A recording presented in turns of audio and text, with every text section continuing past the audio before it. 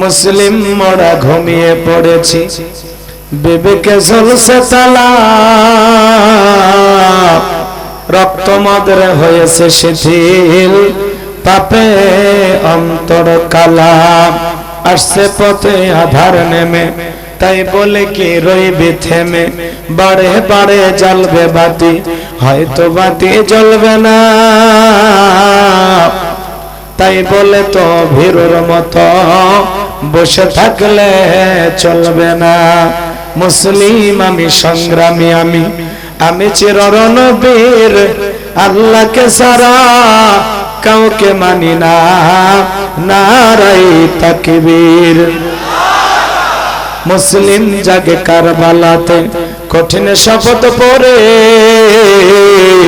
সেই মুসলিম চিরোত্তম, তাই তো একত্রে শপথ নিলাম, আল্লাহ রাজা গর্ব এবার চির শান্তি সুখের নীর, আল্লাহকে সারা কাউকে করে না ভয়, নারায়ে তাকবীর। কইরে খালেদ কইরে ওমর এসেছে নতুন বদর, কইরে খালেদ কইরে ওমর এসেছে নতুন বদর, কোথারে দেখবি জয়ী তরুণ মুজাহিদ, আবার কি গাইতে হবে ঘুম ভাঙানো গীত, আবার কি গাইতে হবে ঘুম ভাঙানো গীত। লা ইলাহা ইল্লাল্লাহ, জোরে লা, জোরে লা ইলাহা ইল্লাল্লাহ, জোরে লা। ফুলের বুকে থাকলে মধু ভ্রমর যেমন আসে, কোরআনের জ্ঞান থাকলে বুকে সবাই ভালোবাসে। লা ইলাহা ইল্লাল্লাহ, জোরে লা। সাইদ ভাইয়ের মা, মুগ্ধ ভাইয়ের মা, ইয়ামিন ভাইয়ের মা, নাহিদ ভাইয়ের মা, তোমরা বড় ভাগ্যবতী, আনলে ধরায় আলোর জ্যোতি, সালাম তোমায় জানায় ফেরেশতা মা, সালাম তোমায় জানায় ফেরেশতা। লা ইলাহা ইল্লাল্লাহ, জোরে লা, লা ইলাহা ইল্লাল্লাহু মুহাম্মাদুর রাসূলুল্লাহ। জবান সরে এক বাক্যে পড়ছি সাল্লাল্লাহু আলাইহি ওয়াসাল্লাম। আজকের এই দিরস মালিক কর্মচারী তাদের পক্ষ থেকে নবমতম বার্ষিক পাঁচদোয়ার মাহফিলের শ্রদ্ধাভাজন সভাপতি ব্রিগেডিয়ার জেনারেল এম এ সালিহিন, আল্লাহ পাক তার গোলামকে হায়াতে তৈয়বা সেহত কুল্লিয়া দান করুন, সকলে বলুন আমিন। প্রধান অতিথি বিশিষ্ট রাজনীতিবিদ ডাক্তার দেওয়ান মোহাম্মদ সালাউদ্দিন বাবু, আল্লাহ পাক তার গোলামকে হায়াতে তৈয়বা সেহত কুল্লিয়া দান করুন, সকলে বলুন আমিন। আজকের প্রোগ্রামের বিশেষ অতিথিবৃন্দ, অনেকেরই নাম রয়েছে, সকলের নাম বলা সম্ভব নয়, সকলের জন্য দিল থেকে দোয়া করে পড়ছি। ওয়ারাফা'না লাকা যিকরাক, আল্লাহ পাক সকলের সম্মানকে বৃদ্ধি করুন, চিল্লা বলুন আমিন। আলোচনা করেছেন মাওলানা মুফতি আনিসুর রহমান হামিদি, কথা বলেছেন যার মাধ্যমে আমি দাওয়াত রেখেছি আমাদের নীলফামারী জেলার কৃতি সন্তান হযরত মাওলানা মুফতি মিজানুর রহমান সালিহি সাহেব। আল্লাহ পাক প্রিয় ভাইয়ের কণ্ঠ দিনের জন্য, ইসলামের জন্য, কোরআনের খেদমতের জন্য কবুল করুন, চিল্লা বলুন আমিন। মঞ্চে উপস্থিত সম্মানিত উলামায়ে কেরাম, সামনে বসা পিতৃ সমতুল্য মুরব্বী বাবাজিরা, কলিজার টুকরা প্রাণপ্রিয় যুবক ভাইরা, ছোট ছোট সোনামানিকেরা, পর্দার আড়ালের সম্মানিত অবলা সরলা আবেদা সালেহা মা ও বোনেরা, প্রশাসনের সম্মানিত পুলিশের ভাইরা, ডিবির ভাইরা, জাতির বিবেক প্রিয় সাংবাদিক বন্ধুগণ, বিভিন্ন রাজনৈতিক দলের সম্মানিত নেতা কর্মী ভাইরা, সবাইকে নিয়ে আরেকটি বার সালাম বিনিময় করছি। আশা করছি সকলে সালামের জবাব জোরে সোরে দেবেন। আসসালামু আলাইকুম ওয়া রাহমাতুল্লাহি ওয়া বারাকাতুহু। আমরা শুকরিয়া আদায় করতেছি সেই মহান রবের দরবারে আল্লাহ পাক সুবহানাহু ওয়া তাআলা অত্যন্ত দয়া করে করুণা করে মায়া করে মহব্বত করে ভালোবেসে পছন্দ করে অত্র এলাকা থেকে কোনে কোনে গুণান্বিত করে যাচাই বাছাই করে শুধুমাত্র কেবলমাত্র কোরআনুল কারীমের মহব্বতে আজকের মাহফিলে আসার বসার সুযোগ দান করেছেন সে মহান রবের দরবারে সিজদাবনত চিত্তে কালিমাতে শুকর আদায় করে পড়ছি আলহামদুলিল্লাহ। হয় নাই কৃপণতা অলসতা দূর করে মুসলমান হিসাবে বাঘের মতো সিংহের মতো গর্জন করে আল্লাহর দেয়া জবান দ্বারা দুইটা ঠোঁট নাড়ায়া শরীরের সবটুকু শক্তি উজাড় করে চিৎকার মেরে বলুন আলহামদুলিল্লাহ। পড়ুন রব্বানা লাকাল হামদ হামদান কাসীরান তাইয়িবান মুবারাকান ফীহি। লক্ষ কোটি দরুদ সালাম মানবতার শ্রেষ্ঠ বন্ধু বিশ্বনবী বিশ্বনেতা যিনি বাইকেমে জাহিলিয়াতের যুগ আগমন করে অসভ্য মানুষগুলোকে সভ্য বানিয়েছেন, অভদ্র মানুষগুলোকে ভদ্র বানিয়েছেন, কোরআন নামের সংবিধান দিয়া কোরআনের রাজ কায়েম করে সোনালী যুগ উপহার দিয়া মদিনার পাক ভূমিতে শায়িত আছেন সে রাসূলের প্রতি কলিজা ভরা মহব্বত নিয়ে পড়ছি দরুদ ও সালাম। সকলেই পড়ুন সাল্লাল্লাহু আলাইহি ওয়াসাল্লাম। সম্মানিত প্রাণপ্রিয় ঢাকাবাসী, আজকের মাহফিলে আসতে পেরে বসতে পেরে আপনারা খুশি না বেজার? কারা কারা বেজার দুই হাত তুলে দেখান। ওই যে মাঝে মাঝে দুই একজন হাত তুলতে চায়, শুধু জোশ থাকলে হবে না, জোশের সাথে হুঁশও থাকা লাগবে।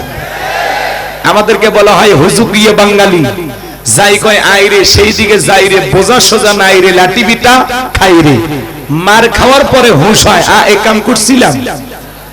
এই জন্য যে কোনো কাজ বুঝে শুনে করার দরকার আছে না নাই? আজকের মাহফিলে আসতে পেরে বসতে পেরে কারা কারা খুশি মুখে নিয়ে হাসি আওয়াজ দেবে বেশি আল্লাহ নামের এমন একটি স্লোগান দেবেন, এলাকায় যদি কোনো ইসলাম বিরোধী উই পোকা সার পোকা তেলা পোকা থাকে ওদের কলিজায় যেন কম্পন সৃষ্টি হয় এমন আওয়াজ তুলতে রাজি আছেন যারা? বীর মুসলমানের মতো দুটি হাত টান টান করে তুলে দেখান তো তারা। লিল্লাহি তাকবীর, লিল্লাহি তাকবীর। আল কোরআনের আলো, আল হাদিসের আলো, দুনিয়ার মুসলিম, সারা বিশ্বের মুসলিম।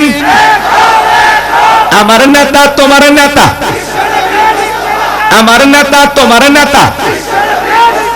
লিল্লাহি তাকবীর। আল কোরআনের আলো, আল হাদিসের আলো, দুর্নীতির আলো। হাতটা নাড়া দেন তো, মাশাআল্লাহ মারহাবা। আস্তে কারণ আকে জানো না লাগে, হাত নামান। অনেকে ঝোঁকে তালে বলেই ফেলেছেন দুর্নীতির আলো ঘরে ঘরে জ্বালো। বাংলাদেশে দুর্নীতি দমন কমিশন আছে না নাই? এরপরে দুর্নীতি কমেছে নাকি ডিজিটাল কায়দায় বেড়েই চলেছে? দিন যত গড়াত ছিল দুর্নীতির পাল্লা তত ভারী হচ্ছিল, কথা বলা ঠিক কি না? আমরা চাই আমাদের প্রিয় মাতৃভূমি বাংলাদেশ দুর্নীতি মুক্ত আল্লাহ কবুল করুন, চিল্লা বলুন আমিন। আমরা চাই আমাদের বাংলাদেশ মাদক মুক্ত আল্লাহ কবুল করুন, চিল্লা বলুন আমিন। আমরা চাই আমাদের বাংলাদেশ যৌতুক মুক্ত আল্লাহ কবুল করুন, চিল্লা বলুন আমিন। আমরা চাই আমাদের বাংলাদেশ, যে সমস্ত দুর্নীতিবাজেরা ছিল তারা তো পালিয়ে গেছে তাই না?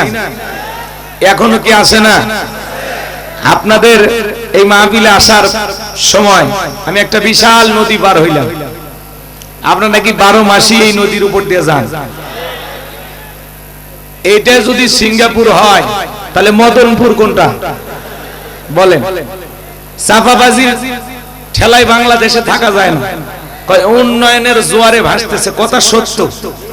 প্রতিদিন আপনারা ভাসতেছেন তাই না? একটা রাস্তা ঠিক করতে পারে না, এরা যদি নেতা হয় তো সমাজ চলবে কিভাবে? তা রাগ করবেন না, মন খারাপ করবেন না।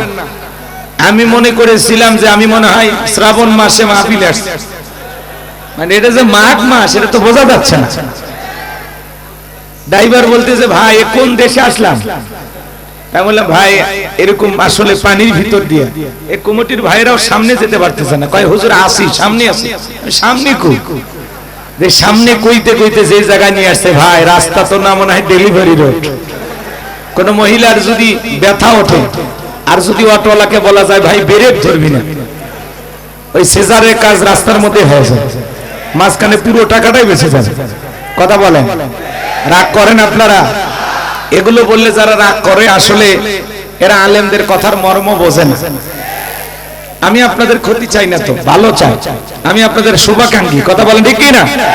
কোনো ভূমিকা দেয়া যাবে না, কারণ রাত 11টার মধ্যেই বা 5-10 মিনিট এদিক সেদিক হতে পারে, এর মধ্যে যেহেতু প্রোগ্রামটা শেষ হবে, এই জন্য আমি খুব দ্রুত আলোচনায় প্রবেশ করতে চাই, আপনাদেরকে আর কষ্ট দেব না। আমি কথা বলবো, এদিক খেয়াল করেন। আমি করব ওয়াজ, আপনারা দেবেন আওয়াজ, জবাব দিবেন ঠিক ঠিক, আলোচনা হবে কমপ্লিট। শ্রোতাদের স্পিরিটে বারে বক্তার হিট, আলোচনা হবে জায়গা মতো ফিট। আগে বলতাম কিছু ওয়াজ প্যান্ডেলে, কিছু ওয়াজ অ্যাঙ্গেলে, এখন আর অ্যাঙ্গেলে না, যা বলবো সব ডাইরেক্ট। অ্যাঙ্গেলে বলার দিন শেষ, ডাইরেক্ট বলার বাংলাদেশ। আর আমি যেহেতু গাইবান্ধার মানুষ, আমার ভাষায় হয়তো বা বেশ কম হতে পারে, আপনারা মন খারাপ করবেন না, ঠিক আছে? মাইনে নেবেন। হয়তো বা কথা বলতে একটু আঞ্চলিক ভাষা চলে আসে, ছোট মানুষ বুঝতেছে, মন খারাপ করবে না, ঠিক আছে? তো কথা আছে না, এক দেশের গালি আর এক দেশের বুলি, এরকম আছে না? ফেনীতে যাবেন, কি কয়? ফেনীর লোকেরা ফেনী কয়, কি কয়? হেনি। হেনি কলেজের তাহা লইয়া আছে না? তো বরিশালে যাবেন, তাদের ভাষা একরকম। নোয়াখালীতে যাবেন, তাদের ভাষা একরকম। এক নোয়াখালী বক্তা আমাদের এলাকায় ওয়াজ করতে যা বলতেছে, মা বইনারা হইনা যান, আপনার স্বামী যদি মাইরে পিঠে হুঁসা হেলা দেয়, এই জায়গায় জাহান্নামের আগুন জ্বলতো না। এক শ্রোতা দ্বারাই বলতেছে, ওই জায়গায় যদি জাহান্নামের আগুন না জ্বলে, তো বাকি জায়গা কোন জায়গায়? কয় হেটা তো আর কিতাবালা লেহে নাই। তো আমার ভাষা তো আর এরকম না, একটু বোঝা যায় নাকি? মন খারাপ করবেন না। ছেলেটা একবার গেছিলাম, আমারে বলে, হুজুর পক খাবেন? পক। আমি চিন্তা করি, এই এলাকার মানুষ লন্ডন আমেরিকায় বসবাস করে, যদি কুচে ব্যাং রান্না করে খাইতে দেয়, আমার তো 12টা বেজে যাবে। তখন আমি বললাম, ভাই আমি এসব খাবো না। অন্যান্য মেহমান যারা আছে ওরা বলতেছে, যা রান্না করছেন সব নিয়ে আসেন। এবার দেখলাম বাটিতে করে সেই সুন্দর পায়েস নিয়ে আসছে। ভাই আমি এতিমের মতো তাকায় থাকলাম, আমার হাত দিল না, সব ওনাদেরকে দিল। পরে খাওয়ার শেষে লোকজন চলে গেছে, একটু পাতলা জিনিস তো পড়ে গেছে, ওখান থেকে একটু জিব্বাই দিয়ে দেখলাম, আহ কি যে মজা হয়েছে। এরপরে চিন্তা করি, এলাকায় যদি ওয়াজ করতে আসি আর আমাদের যদি বলে, হুজুর বিষ খাবেন? বিষ? আমি বলবো তাই আইনে দিই, না জানি বিষ কয় এখন মজার জিনিস খাওয়ায় দেয়। কথা বলেন ঠিক কিনা? এজন্য ভাষার মধ্যে একটু আঞ্চলিক, মানে একটু কম বেশি হতে পারে, আঞ্চলিকতা আসতে পারে, এজন্য মন খারাপ করা যাবে। ছোট ভাই মনে করে ক্ষমা সুন্দর দৃষ্টিতে দেখবেন। চলুন আমরা আলোচনা শুরু করি। কথা বলবো পবিত্র কোরআনুল কারীমের 23 নাম্বার সূরা। সূরার নাম সূরাল মুমিনুন। সূরা নাম্বার 23, বাতিলের হবে 26 ইনশাআল্লাহ। বলেন, মোট আয়াত আছে 118, রুকু আছে 6টি। বিশ্বনবীর মক্কার জিন্দেগিতে আল্লাহ তাআলা এই সূরাটি নাজিল করেছেন। চিৎকার মেরে বলুন আল্লাহু আকবার। কোরআন থেকে যদি কথা বলি, আপনাদের কারো কোনো সমস্যা আছে? বলেন তো বাজান, এই কোরআনের মধ্যে কোনো ভেজাল আছে? কোনো মিথ্যা আছে? কোনো ধোঁকা আছে? থাকবে কি করে? কিতাবটি নাজিল করেছেন কে? সে আল্লাহ রাব্বুল আলামিন বলেন, যালিকাল কিতাবু লা রাইবা ফি। আমার আল্লাহ রাব্বুল আলামিন জানিয়ে দিলেন, এমন একটি কিতাব আল্লাহ তাআলা নাজিল করেছেন। আমার আল্লাহ বলেন, এই কিতাবের মধ্যে কোনো সন্দেহ নাই, কোনো সংশয় নাই, কোনো মিথ্যা নাই, কোনো ধোঁকা নাই। there is no doubt। বলুন আল্লাহু আকবার। হুদাল লিল মুত্তাকিন, মুত্তাকি বান্দাদের জন্য গাইডলাইন হিসাবে, পথ প্রদর্শক হিসাবে আসমান থেকে কিতাবটি নাজিল করেছেন কে? সেই কিতাবের আলোচনা শুনলে লাভ না লস? লাভটাকে আমার আল্লাহ জানায় দিলেন, ওয়া ইযা কুরিয়াল কুরআনু ফাসতামিউ লাহু ওয়া আনসিতু লাআল্লাকুম তুরহামুন।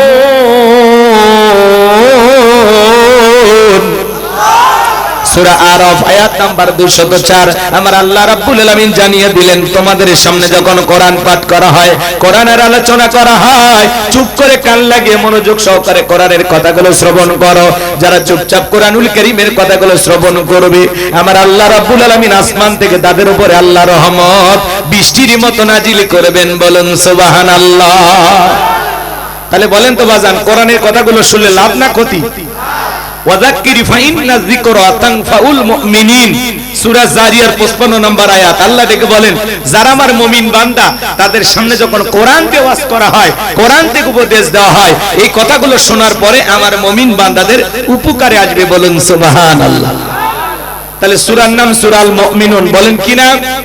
আল্লাহ পাক তার বিশ্বাসী বান্দাদের জন্য সূরাল মুমিনুন নাজিল করেছেন, যারা হলো দুদুল্যমান।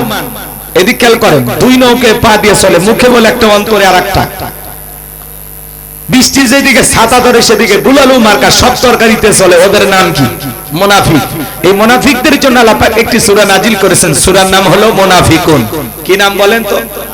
মুনাফিকুন। এদিক খেয়াল করেন, কথা বলা যাবে, আশেপাশে কেউ কথা বলবেন, একটু দয়া করে চুপ থাকবেন। সম্মানিত ভাইরা আমার,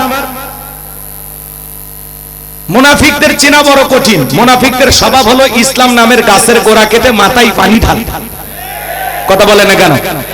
চুপ করে থাক ধোঁকাবাজ, চোখে তোদের নাহি লাজ, গোড়া কেটে মাথায় ঢালো পানি, তোদের চিনি আর কতকাল করবি রে শয়তানি। মুনাফিকদের স্বভাব হলো ইসলাম নামের গাছের গোড়া কেটে মাথায় পানি ঢালে। কথা বলে ঠিক কিনা? ওদের স্বভাব কেমন ছিল জানেন না? সকালবেলা কোরআনের মাহফিলের অনুমতি দিয়ে সন্ধ্যাবেলায় পুলিশ পাঠায় বন্ধ করত। মনে রাখবেন, বিশ্বনবীর পিছনে নামাজ পড়ে লোকটা যদি মুনাফিক হয়, আপনার আমার পিছনে নামাজ পড়ে তার সাথে বড়টা হবে। কথা বলে ঠিক কিনা? মনে রাখবেন, দাড়ি টুপি থাকার পরেও মুনাফিক হতে পারে, হজ করার পরে আলহাজ মুনাফিক হতে পারে। এই জন্য মুনাফিক আপনার আমার আশেপাশে ঘাপটি মেরে থাকে, চেনা যায় না। কথা বলেন, অমুসলিমের ভিতর থেকে মুনাফিকের জন্ম হয় না, মুনাফিকের জন্ম হয় মুসলমানের ভিতর থেকে। এই জন্য আল্লাহ পাক তার বিশ্বাসী বান্দাদের জন্য সূরাল মুমিনুন নাজিল করেছেন। যারা অবিশ্বাসী কাফের, এদের জন্য আল্লাহ পাক একটি সূরা নাজিল করেছেন, সূরার নাম হলো কাফিরুন। আর মুনাফিকদের জন্য একটি সূরা নাজিল করেছেন, সূরার নাম হলো মুনাফিকুন। এই মুনাফিক চেনা বড় কঠিন। কথা বলে না? দেখতে মুসলমানের মতো, কিন্তু ভিতরে কি? মুনাফিক। রাগ করতেছেন আমার কথা? তো আজকে আমি মুনাফিকদের মুখোশ উন্মোচন করব না। চলুন আমি আজকে আল্লাহর ভিআইপি মুমিন বান্দাদেরকে নিয়ে আলোচনা করব। আল্লাহ কবুল করুন, চিল্লা বলুন আমিন। একটা জোরে সোরে তাকবীর দেন, লিল্লাহি তাকবীর। এবার জবান ছেড়ে সবাই মুহাব্বতে আমার সঙ্গে তেলাওয়াত করুন, আউযু বিল্লাহি মিনাশ শাইতানির রাজীম, বিসমিল্লাহির রহমানির রহিম। বিতাড়িত মুর্দার শয়তানের কাছ থেকে, অভিশপ্ত ইবলিসের কাছ থেকে আল্লাহ পাকের কাছে আশ্রয় প্রার্থনা চাচ্ছি। পরম করুণাময় দয়ালু আল্লাহ তাআলা নামে শুরু করছি। সূরার নাম সূরাল মুমিনুন। যে কোনো সূরা বা আয়াতের তাফসীর করতে হলে কোন প্রেক্ষাপটে কোন সময় আল্লাহ তাআলা সেই সূরাটি বা আয়াতটি নাজিল করেছেন, সেই নাজিলের প্রেক্ষাপট জানার দরকার আছে না নাই? আরবিতে বলা হয় শানে নজুল। যদি শানে নজুল আলোচনা করা হয় তাহলে তাফসীর বুঝতে সহজ হয়। চিৎকার মেরে বলুন আল্লাহু আকবার। তাহলে সূরা আল মুমিনুন আল্লাহ তাআলা তার হাবিবের উপরে কোন প্রেক্ষাপটে কোন সময় নাজিল করেছেন, আমি একটু নাজিলের সময়কালটা তুলে ধরবো, কষ্ট হবে না? আমার ভাইয়েরা, বিশ্বনবীর প্রিয় সাহাবী হযরত ওমর ফারুক রাদিয়াল্লাহু তাআলা ডেকে বলেন, আমি মৌমাছির গুনগুন আওয়াজ শুনলাম, ডানে তাকায় মৌমাছি নাই, বামে তাকায় মৌমাছি নাই। বিশ্বনবীর চেহারা মোবারকের দিকে তাকায় দেখি নবীজি ফিসফিস করে কি যেন তেলাওয়াত করতেছেন। হযরত ওমর ফারুক ডেকে বলেন, আমার বোঝার বাকি রইল না, আসমান থেকে নবীজির উপরে কোরআনুল কারীম নাজিল হচ্ছে, আর বিশ্বনবী কোরআনুল কারীম রিসিভ করতে ব্যস্ত। বলুন সুবহানাল্লাহ। মৌমাছির গুনগুন আওয়াজ হলে কোরআনুল কারীম নাজিল হয়, দপ্তরি ছুটির ঘন্টায় বাড়ি মারে টনটন আওয়াজ হলে কোরআনুল কারীম নাজিল হয়। নবীজি যখন ঘোড়ার উপরে থাকতেন, ওই সময় যদি কোরআনুল কারীম নাজিল হইতো, ওহির ভারে ঘোড়ার পা গুলো বালুর ভিতরে ডুবে যেত। বলেন আল্লাহু আকবার। তাহলে কোরআনুল কারীমের একটা আলাদা ওয়েট, আলাদা একটা ওজন আছে না নাই? আমার ভাইরা, 8টি পদ্ধতিতে নবীজির উপরে কোরআনুল কারীম নাজিল হইতো। ওগুলো বলতে গেলে লম্বা সময় লাগবে, এত সময় আমার হাতে নাই, সংক্ষিপ্ত কথা বলে দেয়া যায়। হযরত ওমর ফারুক ডেকে বলেন, নবীজির কোরআনুল কারীম রিসিভ করা শেষ হয়ে গেল। বিশ্ব নবী সাহাবায়ে কেরামদের দিকে মুখ ঘুরায় ডেকে বলেন, আমার সাহাবীরা, এই মাত্র আসমান থেকে জিবরাইল এসে আমার উপরে সূরা আল মুমিনুনের 10টি আয়াতে কারিমা নাজিল করে জানায় দিয়ে গেলেন, নবী গো, এই 10টি আয়াতের ভিতরে আল্লাহ রাব্বুল আলামিন তার আদরের মুমিন বান্দাদের জন্য 7টি কোয়ালিটি নিয়ে আলোচনা করেছেন, 7টি গুণাবলী নিয়ে আলোচনা করেছেন। কোন মুমিন যদি এই 7টি গুণে গুণান্বিত হতে পারে, 7টি গুণ দিয়ে তার জীবনটাকে সাজাইতে পারেন, আমার আল্লাহ ডেকে বলেন, উলাইকা হুমুল ওয়ারিসুন। আল্লাযীনা ইয়ারিসুনাল ফিরদাউস হুম ফিহা খালিদুন। আমার আল্লাহ রাব্বুল আলামিন বলেন তারাই উত্তরাধিকারী হবেন জান্নাতুল ফিরদাউসের, সেখানে তারা চিরকাল বসবাস করবেন। আমার আল্লাহ কোনোদিন তাদেরকে জান্নাত থেকে বের করে দেবেন না। চিৎকার মেরে বলুন সুবহানাল্লাহ। বাবা মারা গেলে ওয়ারিশ সূত্রে সন্তান যেরকম বাবার সম্পত্তির ভাগ পায়, কোন মুমিন যদি এই 7টি কোয়ালিটি দিয়ে 7টি গুণ দিয়ে তার জীবনটাকে সাজাইতে পারেন, তার নামে জান্নাতুল ফেরদাউসের ভিতরে জায়গা বরাদ্দ থাকবে। সুবহানাল্লাহ বলেন। গুলশানে উত্তরায় জায়গা বরাদ্দ থাকলে খুশি হন না? এই 7টি গুণাবলী আজকে যদি শুনে বাস্তব জীবনে আমল করতে পারেন, আপনার নামে জান্নাতুল ফেরদাউসে জায়গা বরাদ্দ হয়ে যাবে। তাহলে গুলশান উত্তরের দরকার আছে? ডাইরেক্ট জান্নাতুল ফেরদাউসে জায়গা বরাদ্দ কারা কারা করতে চান হাত তুলে দেখান। সবাই জান্নাতে যেতে চান?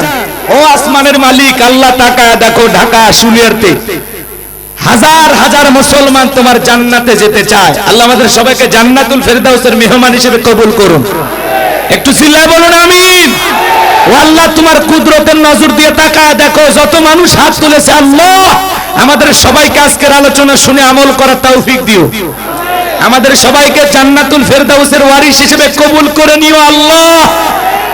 এইবার 7টা আঙ্গুল দেখান, জোরে বলেন কয়টি?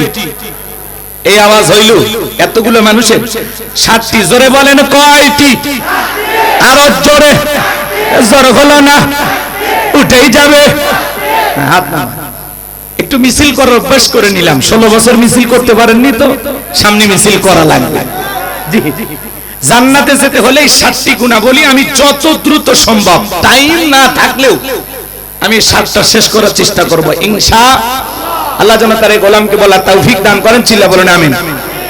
বিশ্বনবী তখন সাহাবা ইকরামদের সামনে তিলাওয়াত করে শুনিয়ে দিলেন। আমার আল্লাহ রাব্বুল আলামিন বলেন, قد أفلح المؤمنون।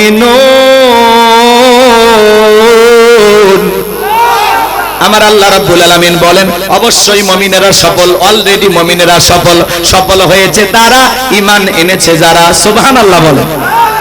قد أفلح المؤمنون, অবশ্যই মুমিনেরা সফল হয়েছে তারা, ঈমান এনেছে যারা। আল্লাহু আকবার বলেন। আমরা মনে করি ক্ষমতা থাকলে সফল, টাকা থাকলে সফল, যশ খ্যাতি, নায়ক, সুপারস্টার, সেলিব্রিটি এরা বুঝি সফল না।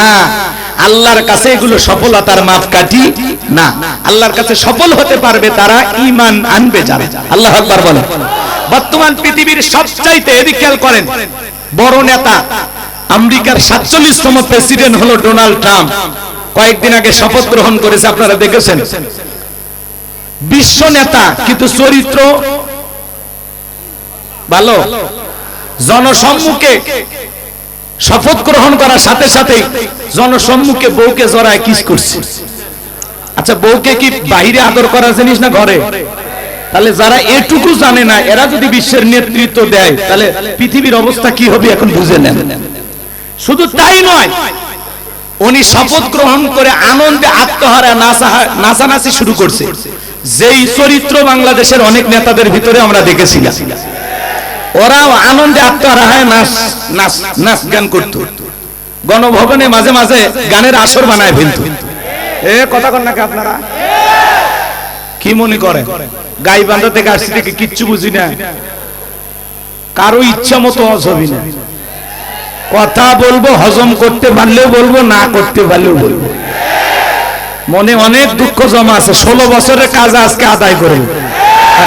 লিল্লাহে তাকবীর। চলেন সামনের দিকে যাই। পৃথিবীর সবচাইতে বড় নেতা ডোনাল্ড ট্রাম্প। আপনাদের এলাকায় একটা বাজার আছে, কি মার্কেট? শাহজাহান মার্কেট নাকি? আচ্ছা, এই শাহজাহান মার্কেটে এদিকে খেয়াল করেন, এই মার্কেটে আল্লাহর একজন বান্দা তরি তরকারি বিক্রি করে, সবজি বিক্রেতা। আযান দেওয়ার পরে লোকটা যদি মসজিদে গিয়ে মাথা নত করে আল্লাহকে সিজদা দেয়, পৃথিবীর বড় নেতা ডোনাল্ড ট্রাম্পের চাইতে ওই সবজি বিক্রেতা ইমানদারের দাম কম না বেশি? তার মানে কি বুঝলেন? ঈমান আছে যার, আল্লাহর কাছে দাম আছে তার। বেঈমানেরা দুনিয়াতে ক্ষমতার দিক দিয়ে সফল হতে পারে, মরার পরে সবগুলো বেঈমানকে পিটাইয়া জাহান্নামে দেবেন কে? আজকে পুরো পৃথিবীর দিকে তাকায় দেখেন, অধিকাংশ বেঈমান ক্ষমতাধর যারা, এরা এই জমিনে ইসলাম আর মুসলমানদেরকে সহ্য করতে পারে না। আজও ফিলিস্তিনের জমিনে মুসলমানের রক্ত ধরে, আজও কাশ্মীরে মুসলমানের রক্ত নিয়ে খেলা করা হয়, আজও চীনের উইঘুরে মুসলমানকে প্রকাশ্যে ধরে হত্যা করা হয়, মুসলমানদের মসজিদগুলো ভেঙে দেওয়া হয়, পাশের দেশ ভারতে মুসলমানদের গরুর গোশত খাওয়ার অপরাধে হত্যা করা হয়। আজও তাম পৃথিবীর জালেমেরা ঐক্যবদ্ধ হয়েছে ইসলাম আর মুসলমানকে বিদায় করে দেওয়ার জন্য, কিন্তু ওরা তো জানে না ইসলামের সুইচ কার হাতে। ইউরিদুনা লিতুফিউ নূরাল্লাহি বিআফওয়াহিহিম ওয়াল্লাহু মুতিম্মু নূরিহি ওয়ালাউ কারিহাল কাফিরুন। আমার আল্লাহ রাব্বুল আলামিন জানিয়ে দিলেন কাফেররা চায় মুখের ফুৎকারে দিনের আলোকে, ইসলামের আলোকে, কোরআনের আলোকে নেভায়া দিতে। আমার আল্লাহ দিকে বলেন আল্লাহু মুতিম্মু নূরিহি, এই জমিনে দিনের আলোকে, কোরআনের আলোকে, ইসলামের আলোকে আমি আল্লাহ পাক প্রতিষ্ঠিত করেই ছাড়ব। যদিও কাফের বেঈমানদের অন্তরে যত ধরনের জ্বালা যন্ত্রণা হোক না কেন, তাহলে এই পৃথিবীর জমিনে আল্লাহর দিন একদিন প্রতিষ্ঠিত হবে, ইসলামের আলো চতুর্দিকে ছড়িয়ে পড়বে, তামাম পৃথিবীর কর্তৃত্ব রাজত্ব একদিন মুসলমানদের হাতে আসবে, আর তার সংবিধান হবে আল কোরআন।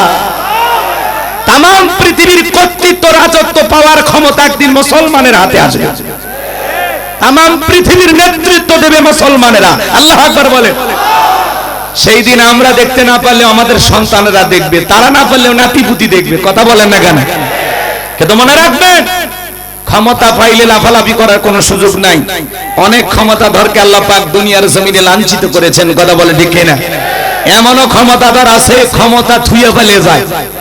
কি ভাই, পালায় না? ভালো মানুষ পালায়। পালায় কারা? খুনি যারা, চোর যারা, ডাকাত যারা, দুর্নীতিবাজ যারা। কথা বলে ঠিক না? বড় বড় কথা বলতে পালাবো না, হারাবো না। আমরা বারবার বললাম ম্যাডাম পদত্যাগ করেন। পদত্যাগ করে যদি জেলেও যাইতেন, কয়েক বছর জেল খেটে তাও নেতা কর্মী ভালো থাকতো, ফুলের মালা দিয়ে আপনারা বের করে আনতেন। আর আপনি ভাবে ফাঁকি দিয়ে চলে যাবেন। মমতাময়ী প্রধানমন্ত্রী বলা হতো, সন্তানদের কথা একবারও ভাবলেন না। আপনি কেমন মা? কথা বলেন না কেন? বারবার বললাম পদত্যাগ করেন, পদত্যাগ করেন, শুনলই না। আল্লাহ বলে কিসের পদত্যাগ? এরা যে অন্যায় অপরাধ করেছে, শুধু পদত্যাগ না, আমি আল্লাহ এদেরকে দেশ ত্যাগ করতে বাধ্য করব। ইন্না বাতশা রাব্বিকা লাশাদীদ, আল্লাহর পাকড়াও বড় কঠিন। আল্লাহ ধরে ধরে না, যেদিন ধরবে মামু বাড়ি দিল্লি গিয়ে পড়বে। কথা বলে ঠিক না? আজকে মিলে গেছে না? কি হইল? 16 বছরে কি উন্নয়ন করলেন? যেভাবে পালিয়ে যাওয়া লাগে, রান্না করা ভাতটাও ভাগ্যে খাওয়ার জুটলো না, এভাবে চলে যাবেন, কথা ছিল না। কথা বলেন। আমার ইচ্ছার চাচাকে বলা হয় স্বৈরাচার শাসক। ইচ্ছার চাচা ক্ষমতা থেকে পদত্যাগ করে জেলে গেছে, দেশ ছাড়েনি, বাপের বেটা। দেশ নেত্রী বেগম খালেদা জিয়া জেল খেটেছেন, অসুস্থ হয়ে দেশে পড়েছিলেন, দেশ ছাড়েনি, বাপের বেটি। কাতারের আমিরের বিমানে রাজকীয় ভাবে দেশের বাইরে যায়, এখন চিকিৎসা নিয়ে একাই সুস্থ হয়ে গেছে। এই 3 দিনের চিকিৎসায় একাই হাঁটতে পারতেছে। আলহামদুলিল্লাহ।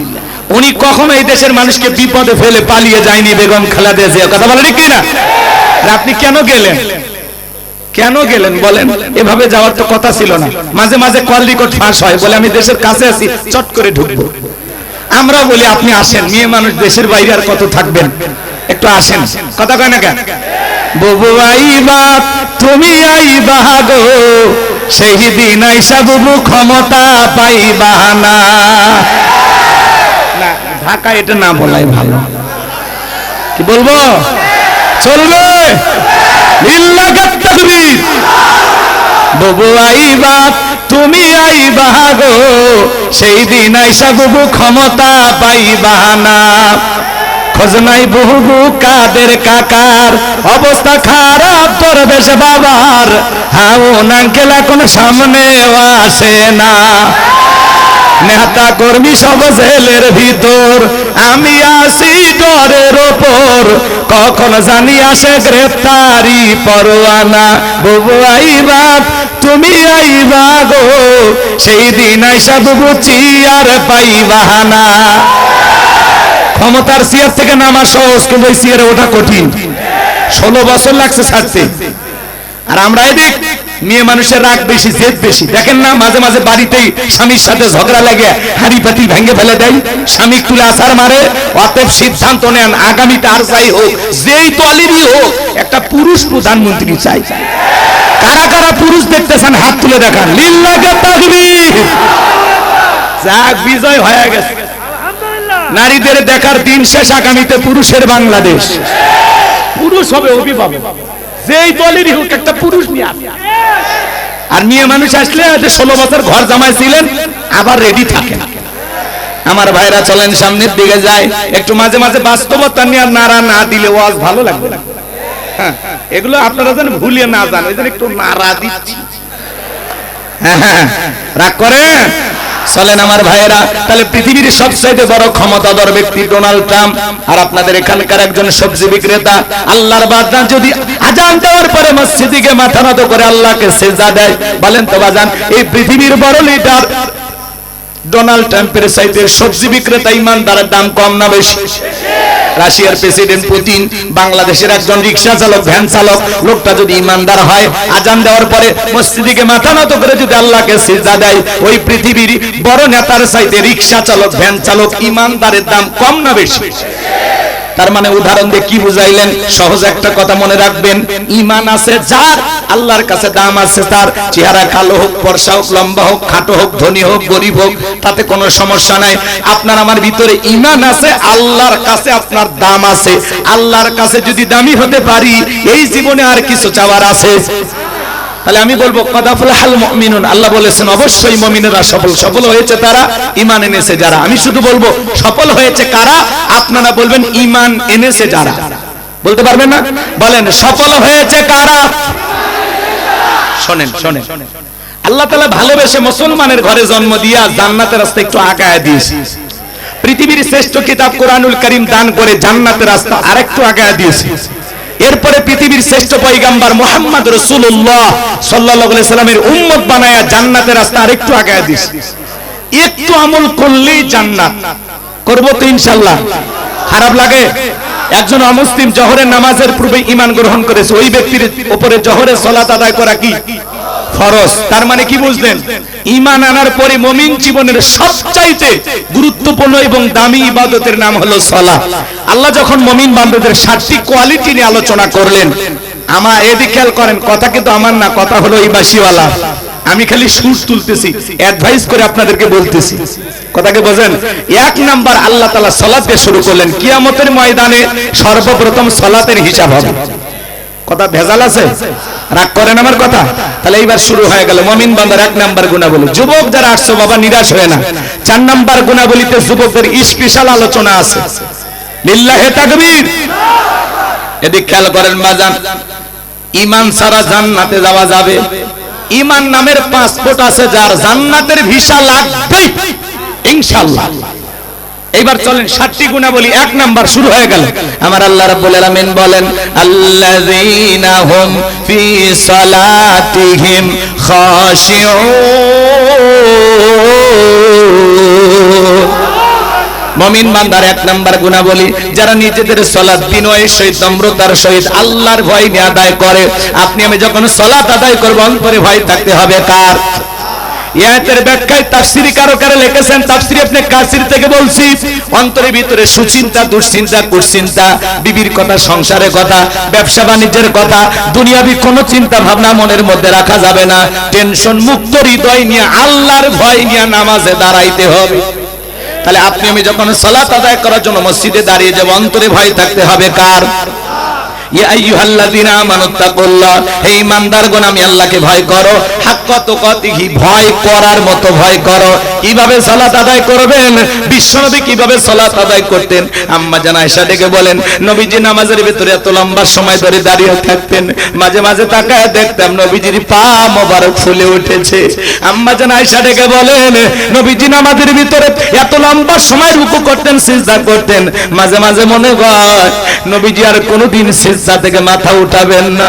আম্মা জান আয়েশা ডেকে বলেন, একদিন রাতের বেলায় দেখি নবীজি সিজদা দিয়ে এত কান্না করেছেন, কাঁদতে কাঁদতে সিজদার জায়গাটা পর্যন্ত ভিজে গেছে। আম্মা জান আয়েশা নবীজি যখন সিজদা থেকে মাথা উঠালেন, জিজ্ঞাসা করলেন, নবী গো এত কান্না কেন করেছেন, কি হয়েছে আপনার? নবী আমার দিকে বলে, আয়েশা আমি তো আমার জন্য কাঁদি না, আমি কাঁদি আমার গুনাহগার উম্মতের জন্য। আমি আল্লাহর কাছে কেঁদে কেঁদে বলি, আল্লাহ আমার গুনাহগার উম্মতের গুনাহগুলো মাফ করিয়া দাও। জোরে বলেন আমিন। আমি আল্লাহর কাছে বলি, আল্লাহ আমার উম্মতকে ওই জাহান্নামের আগুন থেকে মুক্তি দাও। চিন্তা করেন বাজান, আপনার আমার গুনাহ মাফের আশায় বিশ্ব নবী যদি সিজদা দিয়ে কান্না করে দোয়া করেন, আপনি আমি হলাম মূল ভিকটিম, মূল আসামি, মূল অপরাধী। তাহলে নিজেদের গুনাহ মাফের জন্য আল্লাহর কাছে দোয়া করা দরকার আছে না নাই? 5 ওয়াক্ত সালাত এটা তো রবের বাধ্যতামূলক ওয়াদার, ডিউটি পালন করতেই হবে। কথা বলেন না, আপনারা ডিউটি পালন না করলে বেতন বোনাস পাবেন? বলেন পাবেন? তো আল্লাহ তাআলার গোলাম আমরা, গোলামির চূড়ান্ত পর্যায় হলো 5 ওয়াক্ত সালাত। আপনাকে আমাকে আল্লাহ তাআলা আদেশ করেছেন 5 ওয়াক্ত সালাত আদায় করা ফরজ, অবশ্যই আপনাকে আমাকে আদায় করতেই হবে। এটা রবের বাধ্যতামূলক ওয়ার্ডার। 5 ওয়াক্ত সালাত আদায় করব, পাশাপাশি রাতের 1টা 2টা 3টার দিকে ওইটা বিবির ভালোবাসা ত্যাগ করে আরামের বিছানা ত্যাগ করে ঠান্ডা পানি দিয়া ওযু বানায়া নিরালাই নিবৃত্তিতে যাই নামাজে দাঁড়িয়ে যাওয়ার দরকার আছে না নাই? আল্লাহ বলেন, ওয়াল্লাযীনা ইয়াবিতুনা লিরাব্বিহিম সুজদাও ওয়া কিয়ামা। যারা রাত্রি জাগরণ করে আমি আল্লাহকে সিজদা দেই, আমি আল্লাহর জন্য দণ্ডায়মান হয়ে যাই। গভীর নিশ্চিত আপনি আমি যাই নামাজে দাঁড়িয়ে গেলাম, তাহাজ্জুদের যাই নামাজে। যারা তাহাজ্জুদের সালাত আদায় করে আল্লাহ তাদের মর্যাদা বাড়িয়ে দেন। বলুন সুবহানাল্লাহ। আপনি তাহাজ্জুদের যাই নামাজে সিজদায় গিয়ে ফিসফিস করে যা বলতেছেন, আপনার এই ফিসফিস আওয়াজ আরশে আজিমে পৌঁছে যায়। যারা তাহাজ্জুদের সালাত আদায় করে আল্লাহ তাদের মর্যাদা বাড়িয়ে দেয়। যারা তাহাজ্জুদের সালাত আদায় করে গভীর নিশিতে রুকুর মাধ্যমে, সিজদার মাধ্যমে, জায়নামাজে যারা আল্লাহ তাআলার প্রিয় হওয়ার জন্য নেক আমল করে, যারা জায়নামাজের মাধ্যমে আল্লাহর সাথে প্রেম করে, এদের জীবনে কোনোদিন ব্যর্থতা নাই, সফলতা। সুবহানাল্লাহ বলেন। তাহলে আল্লাহর প্রিয় হতে পারবে। দয়া করে ওয়াজ একটু মনোযোগ দিয়ে শুনুন, খারাপ কিছু বলতেছি শুনেন। তাহলে তাহাজ্জুদের সালাত যারা আদায় করবে এদের জীবনে কোনো হতাশা নাই, পেরেশানি নাই। কথা বলে ঠিক কিনা? রাত্রি জাগরণ করে আল্লাহর প্রিয় গোলাম যারা, এরা আল্লাহকে সিজদা দেয়। তবে কিছু যুবক এরাও রাত্রি জাগরণ করে, তবে আল্লাহকে সিজদা দেওয়ার জন্য নয়, তাহাজ্জুদ পড়ার জন্য নয়। এরা ইউটিউব ইন্টারনেট ঘাটাঘাটি করে, ইমো মেসেঞ্জারে বান্ধবীর সাথে চ্যাটিং করে, সারা রাত চ্যাটিং কইরা ফজরের আজান হয় যখন, ওই হাইব্রিড যুবক ঘুমাইতে যায় তখন নামাজও পড়ে না। যুবক রে, এই ঘুম ভাঙলে সকাল, না ভাঙলে পরকাল। কেমন করে ঘুমাও তুমি ওরে ঢাকার যুবক, কেমন করে ঘুমাও তুমি ফজর করে কাজা। এমন তো হতে পারে ও তোমার জোহরে জানাজা। চ্যাটিং করতে মজা লাগে তাই না? পরে সাইজ করতেছি তোমাদের, একটু অপেক্ষা করো আমার ভাইরা। তাহলে সিজদা দিয়ে চোখের পানি ছেড়ে দিয়ে কাঁদতে হবে কার কাছে?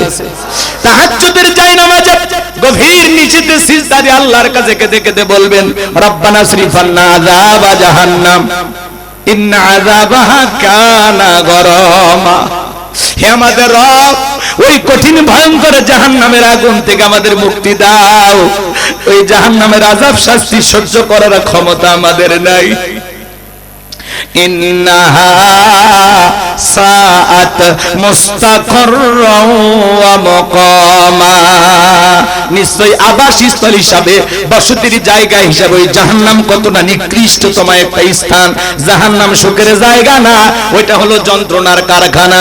আল্লাহ রাব্বুল আলামিন বলেন, ইন্না জাহান্নামা কানাত মিরসাদা লিত্তাগিনা মাআবা লাবিসিনা ফিহা আহকাবা লা ইয়াযুকুনা ফিহা বারদাও ওয়ালা শারাবা ইল্লা হামিমা ওয়া গাসসাকা। জোরে বলেন নাউযুবিল্লাহ। আমার আল্লাহ রাব্বুল আলামিন জানিয়ে দিলেন ইন্না জাহান্নামা কানাত মিরসাদা, ফুলসিরাতের কিনারায় জাহান্নাম উৎপেত রয়েছে।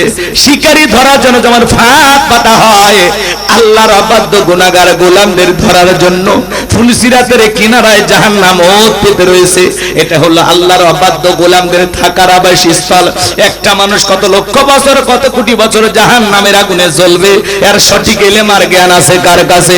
ওই জাহান্নামের আগুনে মানুষ জ্বলতে জ্বলতে পুড়তে পুড়তে চেহারা হয়ে যাবে কয়লার মতো কালো। ওই জাহান্নামীরা ক্ষুধার্ত হয়ে যখন খাবার প্রার্থনা করবে, আল্লাহ তখন জাহান্নামী বান্দাদেরকে খাদ্য হিসাবে দেবে কাঁটাযুক্ত ফল জাক্কুম। ফেরেশতাদেরকে ওয়াদা দিবে, দাও আমার জাহান্নামী বান্দাদেরকে খাবার দাও। ওই কাঁটাযুক্ত জাক্কুম ফলটা যখন দেবে, ওরা খাবার মনে করে যখন গলার ভিতরে দেবে, ওই কাঁটাযুক্ত ফলটা গলার মাঝামাঝি আটকে যাবে, ভিতরেও যাবে না, বাইরে বাজবে না। যত গলা নাড়াচাড়া করবে, কাঁটাগুলো ফুটবে আর ফুটবে, যন্ত্রণায় ছটফট করবে, কান্নাকাটি করবে, আর ডেকে বলবে, আল্লাহ এ কেমন ফল খাওয়াইতে দিলা, ভিতরেও যায় না, বাইরে বাঁচে না, যন্ত্রণা সহ্য করতে পারি না। জাহান্নামীরা তখন চিৎকার মারবে, পানি দাও, পানি দাও, পানি দাও। আমার আল্লাহ তখন ডেকে বলেন, লা ইয়াযুকুনা ফিহা বারদান ওয়ালা শারাবা, তাদেরকে মিনারেল ওয়াটার দেওয়া হবে না, ঠান্ডা কোনো সুস্বাদু পানি তাদেরকে পান করানো হবে না, ইল্লা হামিমা ওয়া গাসসাকা, এমন উত্তপ্ত ফুটান্ত গরম পানি পান করানো হবে যা বুঝ ব্যতীত কিছুই নয়। ও ঢাকার মুসলমান ভাইয়েরা, দেগের ভিতরে বড় বড় ফোড়া হয়, ফাটায় দিলে ভিতর থেকে কি বের হয়? তরমুজের রস। কি বের হয়? পুষ। হাসপাতাল থেকে সংগ্রহ করে 50,000 টাকা দেবো, এক গ্লাস কেউ খাবেন নাকি বলেন? 1 লাখ দিলে অবশ্যই। শুনে ঘৃণা লাগতেছে না ভাই? হাসির কথা, হাসির কথা। সূরা নাবা আয়াত নাম্বার 25। আপনি যদি কোরআন বুঝতেন হাসবেন না, হাসবেন না। শুনেন, ইল্লা হামিমা ওয়া গাসসাকা, এমন উত্তপ্ত ফুটান্ত গরম পানি জাহান্নামীদেরকে পান করানো হবে যা পুজ ব্যতীত আর কিছুই নয়। এই পুজওয়ালা, এই দুর্গন্ধওয়ালা, এই উত্তপ্ত গরম পানি চেহারার সামনে নিলে চেহারাটা ঝলসে যাবে। যে পান করবে দেহের লাড়ি ভুড়িগুলো গলে গলে পিছনে রাস্তা দিয়ে বের হয়ে যাবে। এটা হাসির কথা? পুষ খাওয়াবে, পুষ, রক্ত পুষ, জাহান্নামীদের খাদ্য। দরিয়া নামের এমন একটা খাবার দেওয়া হবে, না ক্ষুধাবে, না ক্ষুধা মিটাবে, না পুষ্টি যোগাবে। বিড়ি সিগারেট যেমন খাইলে অবশ্যই মানুষ 3 দিন ভাত খায় না, ওইটা খায় মানুষের কোনো উপকার হয়? হয় না। এই দরিয়া নামের খাবার খায়ও কোনো উপকার হবে না। আসলে জাহান্নাম সুখের জায়গা না, এটা হলো যন্ত্রণার কারখানা। আমাকে যদি 4 ঘন্টা সময় দেন তবু জাহান্নাম নিয়ে আলোচনা করে শেষ হবে না। আল্লাহ যেন আমাদের সবাইকে জাহান্নামের আগুন থেকে বাঁচার জন্য বেশি বেশি করে আল্লাহর গোলামি করার তৌফিক দান করেন, জোরে বলুন আমিন। তাহলে সিজদা দিয়ে কাটতে হবে কার কাছে? আমার ভাইরা, নামাজের মতো আদায় করা লাগবে। বিশ্বনবীর সাহাবীরা যখন মরুভূমিতে নামাজে দাঁড়িয়ে যেতেন, ওই মরুভূমির পাখিগুলো সাহাবায়ে কিরামদের কাঁধের উপরে, মাথার উপরে বসে থাকতো। নবীজির সাহাবীরা সালাতে এত মনোযোগ, কাঁধে পাখি পড়ে থাকে, তারপরে টের পাইতো না। বলুন সুবহানাল্লাহ। আর আপনি আমি মশা বলে এই হাতে এই জায়গায় নিয়ে যায়, আগে মশা মারে তারপরে সূরা ধরে। এরকম মুসলমান আছে না নাই? হযরতে তালহা রাদিয়াল্লাহু তাআলা সালাত আদায় করতেছিলেন, জঙ্গল থেকে সাপ এসে সন্তানটাকে পেঁচিয়ে ধরেছেন। স্ত্রী মানুষজনকে ডাকলেন, ছেলেটাকে বিপদ মুক্ত করলেন। হযরতে তালহা নামাজ শেষে জিজ্ঞাসা করে, বিবি রে, বাড়িতে এত লোকজন, ব্যাপারটা বুঝতে পারলাম না।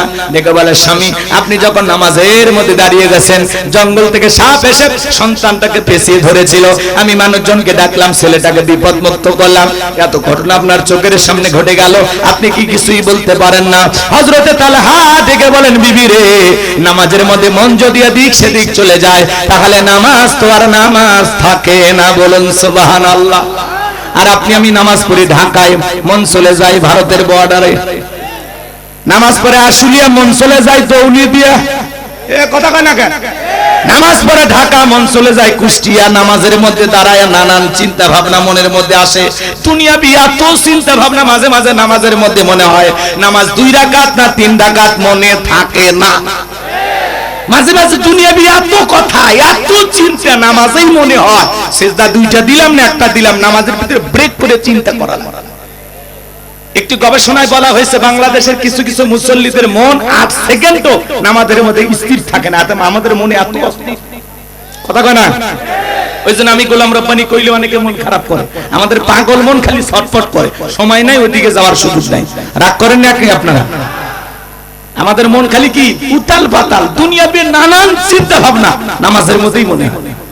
পাগল মোহন মন রে মন কেন উল্টো পাল্টা বলে, ও পাগল মন মন রে মন কেন মসজিদে নাই যায় রে, আল্লাহ রে কোন দুনিয়ায় পাঠায় লাই আমারে। বর্তমানের নারী পুরুষ সমান সমান মাপ, লম্বা চুল কাটিয়া আবার মাথায় লাগাই ক্যাপ, আল্লাহ রে কোন দুনিয়ায় পাঠায় লাই আমারে। হিন্দি গানের টান মারিয়া রাস্তা হাইটা যাই, আবার কারো সুরে সুরে বুকটা ফাইটা যায়, আল্লাহ রে কোন দুনিয়ায় পাঠাই লাই আমারে। জিন্সের প্যান্ট শার্ট পরিয়া রাস্তা হাইটা যাই, পোলানা মাইয়া ওইটা সিনা বড় দাই, কপালে পড়ছে টিপ কানে পড়ছে দুল, কাছে যদি যা বলেন কি বিলকিস আপা কয় না আমি আবুল। বুখারী শরীফের স্পষ্ট হাদিস, আল্লাহ রাসূল বলেছেন কোন পুরুষ যদি নারীর বেশ ধারণ করে আর কোন নারী যদি পুরুষের বেশ ধারণ করে আল্লাহর লানত তাদের উপরে। এরপরে ঢাকা শহরে কয়েক বছর আগে আমার মা বোনেরা আন্দোলন করলো, দেখলেন না? পোশাকেরই স্বাধীনতা চাই। কেমন স্বাধীনতা? বলে দাদি নানি ব্লাউজ ছাড়া শাড়ি পরেছিল, আমরাও পরতে চাই। তা তোমাদের তো আপত্তি কেউ করেনি। দাদি নানি ব্লাউজ ছাড়া শাড়ি পরেছিল, এখন অভাবের কারণে পরুক আর গরমের কারণেই পরুক। কোন দাদি কি শাড়ি পরিয়া বিশ্বরূপে এসে আন্দোলন করে বলেছিল আমি তোমার দাদি দেখে যাও শাড়ি পরেছি? তাহলে তুমি বোন কেন লাফাও? দাদি নানি তুলনা দাও। আগেকার দাদি নানিরা পুরুষের কণ্ঠের আওয়াজ পাইলে ঘরের কোনায় লুকাইছে, আর এখনকার ডিজিটাল মা বোনেরা পুরুষের কণ্ঠের আওয়াজ পাইলে গেট খুলে দরজা খুলে বলে কাকে খুঁজতেছেন? বাদশা, বাদশা তো আমারই স্বামী, আসেন বসেন প্লিজ, একটু আসেন না, একটা বিস্কিট খেয়ে যান, আমি কিন্তু খুব ভালো চা বানাইতে পারি। বলেন তো, একটা অপরিচিত পুরুষ বাড়ির দরজা আসছে, দেখা করা জায়েজ না হারাম? তা আপনি নরম সুরে ডাকতেছেন চা খেয়ে যান, আপনার মায়ের পেটের ভাই ওইটা তো। দাদি নানির তুলনা দেন, আগেকার নারীদের তুলনাই হয় না, এত ভদ্র এত ভালো। আর এখনকার ডিজিটাল মা বোনেরা যত বেশি আপডেট হচ্ছে তত বেশি নিজেকে, আমি আর বললাম না, আপনারা বুঝেন না, কষ্ট হচ্ছে আপনাদের। দাদি নানির তুলনা দেবেন না, এরা ব্লাউজ ছাড়া শাড়ি পরছে, দেখেননি? দেখছেন তো? বলতেছেন ব্লাউজ ছাড়া এমন কায়দায় শাড়ি পরছে পুরো পিঠটা ফাঁকা রাখছে, মানে আর্জেন্টিনা আর ব্রাজিলের ফাইনাল ম্যাচ। এরা হলো নির্লজ্জ বেহায়া, এরা পোশাকের স্বাধীনতার নামে এদেশে উলঙ্গপনা বেহাপনাকে প্রমোট করতে চায়। কথা বলা ঠিক কিনা? আমরা বলতে চাই এটা 95% মুসলমানের দেশ, এটা হাজীদের দেশ, মুসলমানের দেশ, আলেমদের দেশ। এই দেশে উলঙ্গপনা বেহাপনাকে মেনে নেওয়া হবে না। প্রয়োজনে গুগলে সার্চ দাও কোন দেশে পোশাক ছাড়া মানুষ বসবাস করে, ভিসা লাগায় চলে যাও। তোর মতো মহিলার জন্য এদেশের কুকুরও কাটবে। তারপরে এই দেশকে আমরা নোংরা করতে দেব না। পর্দা হলো নারীর সিকিউরিটি দেবে, পর্দা নারীকে নিরাপত্তা দেবে, পর্দাশীল নারীর উপরে আল্লাহর রহমত নাজিল হবে। আল্লাহ বলেন অকরনা ফি বুয়ুতিকুন্না ওয়ালা তাবাররুজনা তাবাররুজাল জাহিলিয়াতিল উলা, নারীরা তোমরা ঘরের ভিতরে অবস্থান করো, খবরদার জাহিলিয়াতি যুগের মেয়েদের মতো নোংরা অশ্লীল পোশাক পরে নিজের দেহকে প্রদর্শন করো না। কথা কয় না? একটা নারী যদি ঢিলা ঢালা বোরকা পরে হাত মুজে পা মুজে লাগায় রাস্তাতে হেঁটে যায়, মনের অজান্তে শ্রদ্ধা সম্মানে মাথা নত হয়ে আসে।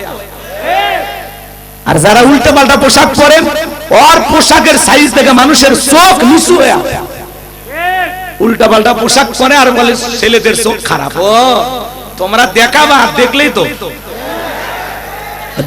গুনাহ হবে। আল্লাহ বলেন কুল্লিল মুমিনিনা ইয়াগুদ্দুনা মিন আবসারিহিম, আল্লাহ বলেন মুমিন পুরুষের দৃষ্টি থাকবে নিচের দিকে, তার মানে দেখা যাবে। আবার বুঝছেন না, হুজুর মনে দেখার জন্য বলছে। হ্যাঁ, অনেকে বলে একবার দেখা যায়, কোন হুজুর কইছে? হুজুরের নাম ঠিকানা দিয়ে তো একবার দেখা যায় না। আল্লাহ রাসূল হযরত আলীকে বলতেছেন জামাই, হঠাৎ করে কোন নারীর উপরে যদি তোমার নজর পড়ে যায় সঙ্গে সঙ্গে দৃষ্টিটাকে ফিরায় নাও, কারণ প্রথম দৃষ্টি তোমার আর দ্বিতীয় দৃষ্টি বিষয়। এই জন্য দেখা হঠাৎ করে যদি চোখে পড়ে যায়, হঠাৎ করে ইচ্ছাকৃত ভাবে না, ইচ্ছাকৃত ভাবে দেখা জায়েজ নাই। মনে থাকবে তো ইনশাআল্লাহ? আল্লাহ আমার মা বোনদেরকে পর্দা করার তৌফিক দান করুন। যে বোনেরা উল্টা পাল্টা পোশাক পরে নিজেকে প্রদর্শন করতেছেন আর বলতেছেন এলাকার সব মানুষ তাকায় আছে, মনে রাখবেন পচা মাছে মাছি যেরকম বেশি পড়ে, যে নারী উল্টা পাল্টা পোশাক পরে দুষ্ট লোকের মাছি নামের নজর পড়ে। কেউ তোমার দিকে ভালো চোখে তাকায়নি। ভালো হইতে চাইলে নিজেকে প্যাকেটের ভিতরে রাখো, আল্লাহ তোমার মর্যাদা বাড়িয়ে দেবে। কারণ মেয়ে মানুষ আকর্ষণীয় থাকবে তখনই যখন নিজেকে পর্দার ভিতরে রাখবে। যুবক জান ওই বোরকা পরা নারীর চেহারার দিকে তাকায় মনে করি সেই বোরকার ভিতরে না জানি কি আছে, ও পাগল হয়ে তোমার বাবার পিছে ঘুরবে। ভালো হয়ে যা মা, ভালো হয়ে সামনে যাই, কষ্ট হবে নাকি গো? বিরক্ত হইতেছেন ভাই? লিল্লাহি তাকবীর। আমার ভাইয়েরা নারীদের ওয়াজ করার জন্য খুবই আপত্তি করছে। আজকের মাহফিলে নাকি 60% মহিলারাই বেশি টাকা দিচ্ছে, এজন্য ওদের একটা হক আছে। তবে আমি বলছি ভালো মা বোনদের জন্য আমার ওয়াজ নাই, তারা তো ভালোই, কিন্তু যারা দুই সাইডে বেঁকা আছে ওইগুলো সোজা করা যায়। লিল্লাহি তাকবীর। আমার ভাইরা মন খারাপ করবেন না, চলেন সামনের দিকে যাই। আমি যে কথা বলতে চাচ্ছিলাম, তাহলে নামাজের মধ্যে দাঁড়ায় মন খালি ছটফট করে, দুনিয়াবি নানান চিন্তা ভাবনা মনে হয়, এমন নামাজ দিয়া কিন্তু জান্নাত পাওয়া যাবে না। ভালো করে বুঝবেন। এক চাচামি এত তাড়াহুড়ো করে ওযু করছে, এক ঠ্যাং না দিয়ে মসজিদে ঢুকছে, টাইসালা মসজিদ পিছলে গেছে, চাচা একদিক লঙ্গি একদিক, তাও বলে আল্লাহু আকবার। এমন নামাজ হবে না বাজান। ওই চাচামিয়ার মতো নামাজ পড়লে হবে না। কেউ নামাজে দাঁড়ায় এদিক ওদিক তাকায়, দাড়ি চুলকায়, কথা কনা কেন? আল্লাহ কি বলেন? আল্লাযীনা হুম ফি সালাতিহিম খাশিউন, যারা নিজেদের সালাত বিনয়ের সহিত নম্রতার সহিত আল্লাহর ভয় নিয়ে খুশু খুজু ভাব নিয়ে। একটা রাষ্ট্রপতি প্রধানমন্ত্রীর সামনে দাঁড়ালে কি করবেন? দাড়ি চুলকাবেন, টুপি ঠিক করবেন, পিরিং বিরিং করবেন, কি করবেন? নম্রতা এবং ভদ্রতা নিয়ে দাঁড়াবেন, যাতে চুল পরিমাণে বেয়াদবি না হয়। একটা প্রধানমন্ত্রী রাষ্ট্রপতি তার সামনে যতটুকু ভদ্র সভ্য হয়ে দাঁড়াবেন, তার চাইতে কোটি কোটি গুণ বেশি নম্রতা এবং ভদ্রতার সহিত সালাতের ভিতরে আপনাকে দাঁড়াইতে হবে। আপনি নামাজ পড়বেন আর মনে মনে খেয়াল করবেন, আমি নামাজ পড়তেছি, আল্লাহ আমারে দেখতেছেন। আমি নামাজ আদায় করতেছি, আল্লাহ আমার সামনে দাঁড়িয়ে আছেন। আমি জোহরের সালাত আদায় করব আর মনে মনে খেয়াল করব, এই জোহরের সালাত আমার জীবনের শেষ সালাত। আমি আসর পর্যন্ত নাও বাঁচতে পারি, আল্লাহর ভয়ে পড়তে হবে ভাই। আর আপনি নামাজ পড়েন, দাড়ি চুলকেন, টুপি ঠিক করেন, লুঙ্গি খুলে যায়, আপনার লুঙ্গি এত খোলে, রশি লাগাবেন, পাটের রশি আছে না? কেউ কেউ আবার নামাজ পড়তে পড়তে ফোন রিসিভ করে বলে হ্যালো নামাজি আছে, কি ডিজিটাল মুসল্লি, এরকম আছে না নাই বাজান? এরকম নামাজ দে হবে না। জোহরের 4 রাকাত সুন্নাত, ইমাম আর মুসল্লি একসাথে নিয়ত দিতেছে, ইমামের 2 রাকাত হওয়ার আগে মুসল্লি 4 রাকাত শেষ। হুজুর এইবার জিজ্ঞাসা করেছে, আচ্ছা আমি আমার 2 রাকাত হয় না, আপনার 4 রাকাত? বলে হুজুর আপনাদের চর্চা কম। হুজুরের নাকি চর্চা কম? এরকম নামাজ পড়লে নামাজ হবে না। 2 মিনিটে 2 রাকাত, 4 মিনিটে 4 রাকাত, এই 4G 5G গতি নামাজ হবে না। নামাজ পড়তে হবে ধীরে স্থির ভাবে। ফাঁসির আসামিকে যদি বলা হয় রাত 10টা বাজে 12টায় তোমার ফাঁসি, লোকটা যদি ইমানদার হয় অবশ্যই 2 রাকাত নামাজ আদায় করবে। ফাঁসির আসামি জীবনের শেষ মনে করে যেভাবে সালাত আদায় করে, ওই রকম আল্লাহর ভয়ে আল্লাহকে রাজি খুশি করার জন্য কারা কারা 5 ওয়াক্ত সালাত আদায় করবেন 2 হাত তুলে আল্লাহকে দেখান। আল্লাহ আমাদের সবাইকে 5 ওয়াক্ত নামাজি বানায় দাও। জোরে বলেন আমিন। আর একটু জোরে বলেন আমিন। হাত নামান। বাংলাদেশে জুমার নামাজের জন্য মসজিদ ভাঙে 2 তলা 3 তলা করা হয়, আর ফজরের নামাজের সময় এক কাতার মুসল্লি পাওয়া যায় না। এমন মসজিদ আছে মুয়াজ্জিন একাই আযান দিয়ে একাই নামাজ পড়ে, এক দুলে ভাইও আসে না। এরকম মসজিদ আছে না? তাহলে বলেন বিশ্বনবীর জামানায় ফজরের নামাজের সময় মসজিদ কানায় কানায় পূর্ণ, জুমার সালাতের সময় মসজিদ কানায় কানায় পূর্ণ। সুবহানাল্লাহ। তাই আপনি জুমার 2 রাকাত পড়লেন, বাকিগুলো কি আসর মাগরিব এশা ফজর এগুলো দরকার নাই? এগুলো ফরজ না? তো কেন যান না ভাই? কেন যান? মুসলমানের কাছে যদি নামাজের ওয়াজ করা লাগে আর চাইতে দুঃখ আর আছে? আপনি আমি আল্লাহর গোলাম, গোলাম হিসেবে মাথা নত করে আল্লাহকে সিজদা দেওয়ার মধ্যে সবচেয়ে তৃপ্তি। যত বেশি মালিকের কাছে মাথা নত করবেন, তত পৃথিবীর সামনে আল্লাহ আপনার মাথা উঁচু করে।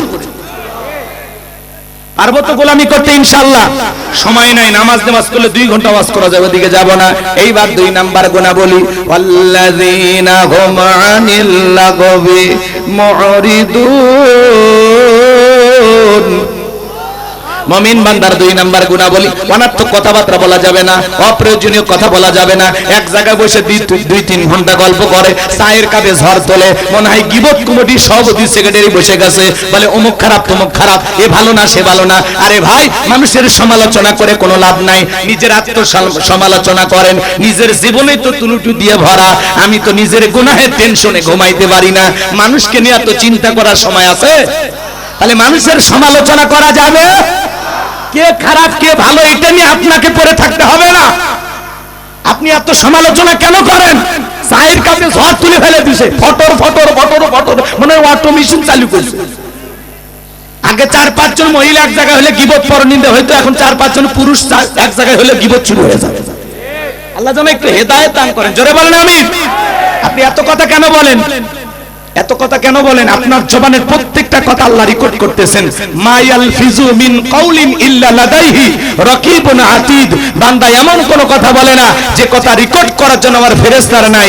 আপনার জবানের প্রত্যেকটা কথার হিসাব একদিন আল্লাহর কাছে দিতে হবে, আপনি হিসাব দিতে বাধ্য।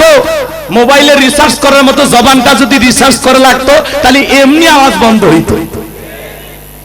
আল্লাহর জব দেয়া জবান তো বিল দেওয়া লাগে না। হুজুর ইমামের পিছনে নামাজ পড়ে, আবার ইমামের বিরুদ্ধে সমালোচনা, বক্তার ওয়াজ শুনে আবার বক্তার বিরুদ্ধে সমালোচনা। দুলে ভাই তুমি এত ভালো, আমাদের কাছে আসছো কেন? আমাদের কাছে এসে তোমার লাভ আছে? তুমি তো ফেরেশতার নিচেই। রাগ করে না ভাইরা আমার, এজন্য সমালোচনা করা যাবে না।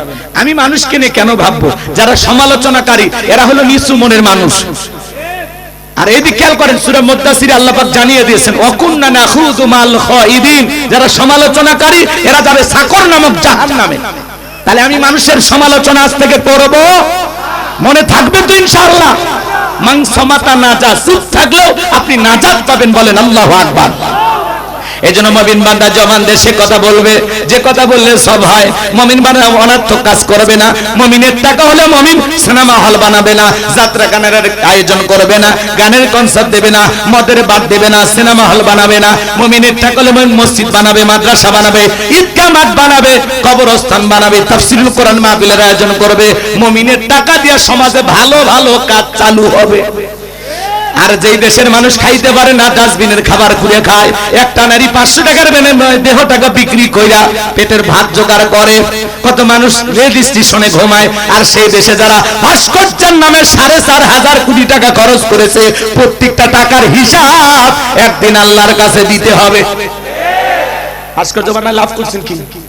5 আগস্টে মাথার উপর উঠে পেশাব করছে মানুষ, এটা আপনার বাবার সম্মান কমছে না বাড়ছে? ওই টাকাতে যদি মসজিদ বানাতেন, মাদ্রাসা বানাইতেন, গরিব দুঃখীকে খাইতে দিতেন, দুঃখী মানুষের বাসস্থান বানায় দিতেন, বেকার যুবকদের কর্মস্থানের ব্যবস্থা করে দিতেন, আপনার বাবার কবরে বিকাশ হয়ে সব পৌঁছে যেত। ভালো পরামর্শ দিলে তো শোনেন না, রাগ করেন নাকি আপনারা? মুসলমান ভাস্কর্য বানাইতে পারে, চলেন সামনের দিকে যাই। তাহলে মুমিনের টাকা হলে মুমিন ভালো কাজ চালু করবে সমাজে। হে যুবক, এই কান দিয়ে অনার্থক গান বাজনা শ্রবণ করা যাবে না। কানের ভিতর ইয়ারফোন